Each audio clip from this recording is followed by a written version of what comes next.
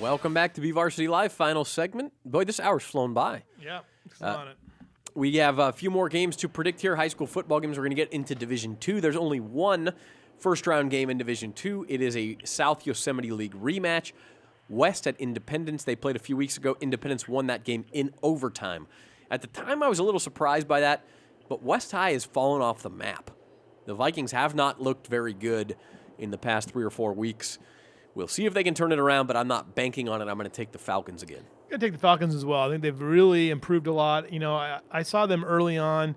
I thought they'd had some good things going, but, you know, they had so many injuries early on and some critical injuries too.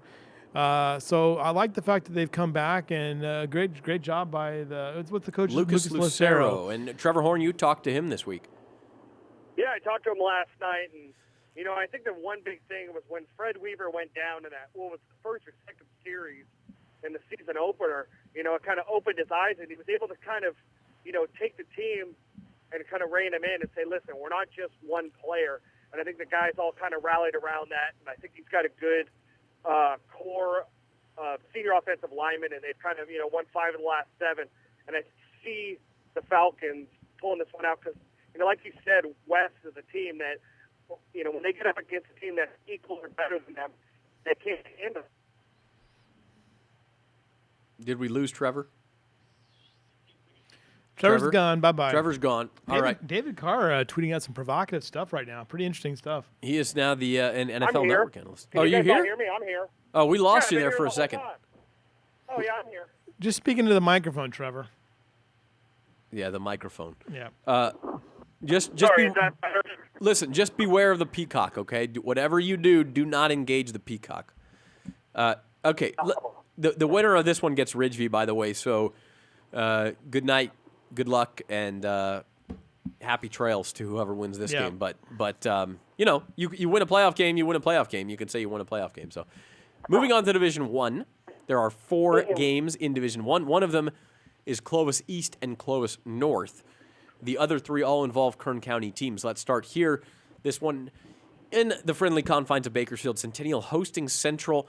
Give us some insight, Lewis, into what exactly has happened to the Golden Hawks since we saw them demolish Bakersfield at Griffith Field. They got steamrolled by a very good Liberty team, a much improved Liberty team. But they also lost, you know, some key guys. They lost to Frontier. Well, they lost to Frontier, and then they also had some pretty major injuries. Has Brandon Robinson played? Brandon Robinson will not play. Cesar De Leon, who was hurt late in the Frontier game, will play, is what we understand, right, Trevor? Yes, that is correct. And I've also heard that they have a couple offensive linemen that are dinged up that may not also be playing tomorrow night. So this is a home game for Centennial, but I don't know if this is a gimme against Central at all. Yeah, I believe I saw you picked Central. Is that right? That is correct, yeah. The one thing I don't understand about Centennial is that you have a dynamic playmaker in the Beatty kid, but you don't get him the ball. So it's kind of the same problem that North has with Curtis Threlkeld, where you're trying to run him out of the eye or run him out of a wingback situation when he's a guy in space. I think that's one thing that'd be interesting to see if Centennial will do here in the playoffs is get him more involved in the offense because, you know, that's just where they're not dynamic offensively right now. Well, let's put it this way. Central's defense has struggled. I think Centennial will find a way to score some points, and I also think Central's offense, they've scored some points, but Centennial's defense will play against anybody. And so I actually think the Golden Hawks have a little bit of a rebound, come up with a win here, and get a rematch with Liberty. But I don't think there's any guarantees by any stretch of the imagination. That's a tight one. You know, that's a gimme pick as a 7-10 should be. I really think that Central might have a little bit of an advantage that Centennial was kind of able to get in there on that win on BHS and some of their earlier season successes. I mean, you got to remember, they played Clovis very tough this season. They should have beat them. They should have beat Clovis. Absolutely. Well, and Central did beat Clovis, by the way. So it's a tough matchup. Who are you picking then? I'm gonna pick. What's the number? What's the name of the team? The Grizzlies. The Grizzlies. I will. I'm gonna stick with Centennial. I guess I'm on an island here. Scott Cox left, by the way, but whatever he was gonna say would have been funny and nonsensical. And yeah. Okay, moving on. Next up, Frontier gets into the playoffs with that win over Centennial. In a lot of ways, I think saved the Titans' season. Otherwise, they were going to lose 5 in a row and somehow miss the playoffs at 4-6 after starting 4-1. But the seeds suffered. They got to play Clovis West. I really like this Clovis West team. I think if you have to pick a sleeper outside the top 4 in this bracket, it's this Clovis West team. And I think Frontier's in for it. I would say so too. What, Trevor, any chance for the Titans up there? Nah, doubtful. Yeah, that's it's Greg Youngblood's going to have to play the game of his life, I think, for one thing, because Clovis West is not going to give you a lot of room to run the ball, but then you're facing a secondary that has a high-level D1 prospect in Darian Owens and a linebacker in Caleb Kelly, who's one of the top linebackers in the country. So really tough assignment for Frontier. Winner there gets Bullard. Winner of Central and Centennial, by the way, gets Liberty, and the winner of Clovis North and Clovis East faces Buchanan. Now, the very top quarter of the bracket, number 1 Clovis awaits the winner of this one between Bakersfield and Edison. Now, this is a game that could have been very easily the Central Section Championship last year. We thought this year these two teams would be like top 5 teams. This is like high-powered programs meeting in an 8-9 game here. Boy, and Edison really dominated them early on, right? I mean, that was they won 14-7, Yeah. late touchdown after a trick play. Trevor, you were at that game. How do you handicap this one? I don't know.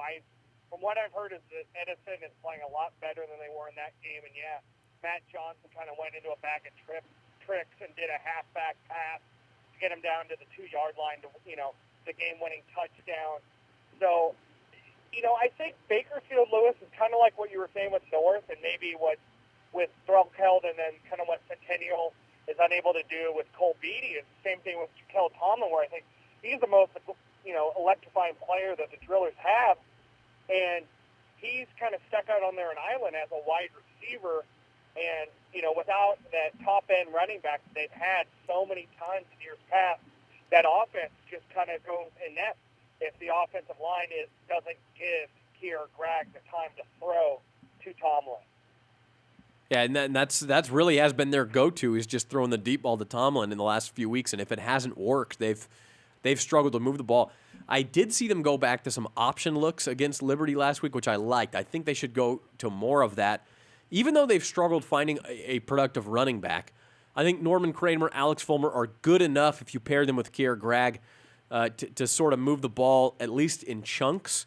And if you can do that against Edison, maybe score a couple of touchdowns, you have a chance to win this game, because Edison's not scoring a lot of points either, and the BHS defense has been there all year long.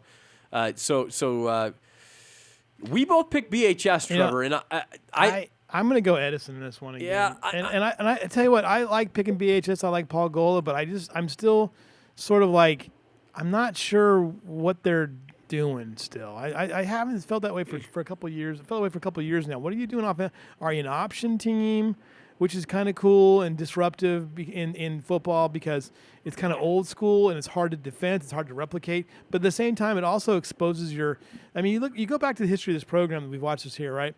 It really took a senior in Asani Rufus to perfect that sort of read option, that offense, right? Basically a once in a lifetime type of football player that was your quarterback, and you haven't been able to do that since. Well, and the difference too, besides just Asani, the offensive line that year was small and extremely quick off the ball. Right. And if you watch them this year, they don't have that burst off the ball. They're not getting. I mean, that year, even on the fullback dive prong of the option, if you will, when they would just hand off to the fullback, right, it would get 5 or 6 yards because the offensive line was literally pushing the line of scrimmage back that far, and the guy would dive forward, and even on bad plays, you'd pick up 5 yards. And that's so valuable. I just haven't had the confidence in them the last 2 seasons that they offensively they can get into it. Maybe they shoot out with somebody. I mean, they've had those games, but it just is it's a weird deal over the last few weeks this season. I mean, I'm having second thoughts on my pick. I took BHS. I mean, I think Paul Gola has only lost twice to the same team once, and that was last year to Liberty. Liberty was clearly more talented than they were last year. That was one of the best teams in the section, maybe one of the best teams in the state last year. I'd love to be proven wrong here, but I'm going to go Edison.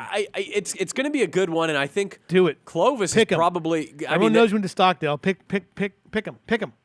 What? Pick Edison. Pick Edison. No, I can't change now that I took BHS, and I think either one of these teams will present a challenge for Because you Clovis went to BHS doesn't next mean week. you have to pick them I went to every school in Bakersfield. I even went to Edison. Trevor, volleyball tonight at Centennial. We'll let you go, my friend, so you can get out there. We're going to take off. Central Centennial volleyball tonight, football tomorrow. Also, I'll be out at Arvin and Memorial volleyball tonight.